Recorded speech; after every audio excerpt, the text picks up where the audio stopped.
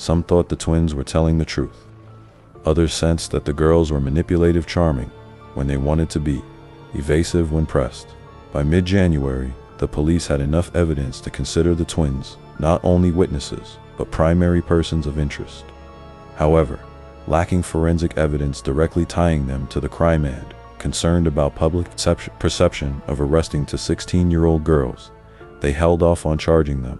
The girls were allowed to return to their great-grandmother's home, where they had lived before moving in with Nikki. But detectives quietly kept them under surveillance.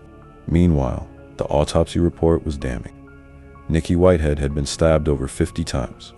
Her body bore deep slashes, including one that nearly severed her carotid artery. She had bruises on her arms and wrists, likely from trying to defend herself. There were also indications that she had been dragged. This wasn't a crime of opportunity.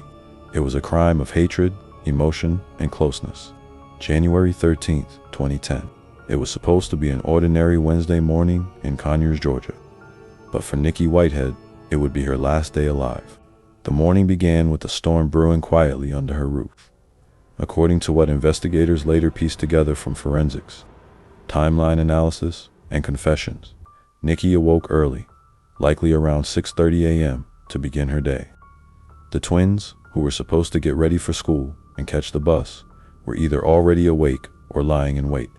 There had been a fight the night before, one of many. Nikki had threatened to ground the girls for skipping chores and talking back. She'd reportedly taken away one of their cell phones and locked it in her bedroom. That single act may have been the final spark that ignited the coming violence.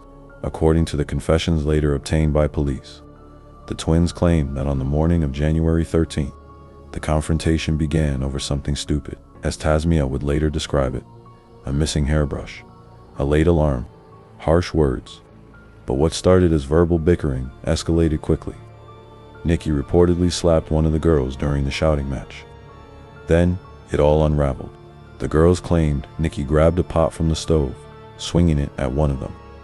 In a rage, they retaliated first by shoving, then by punching, then by grabbing whatever they could get their hands on.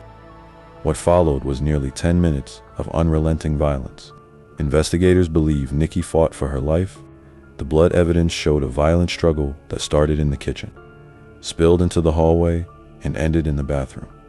She was scratched, punched, stabbed, and finally beaten into submission. Blood soaked the floor.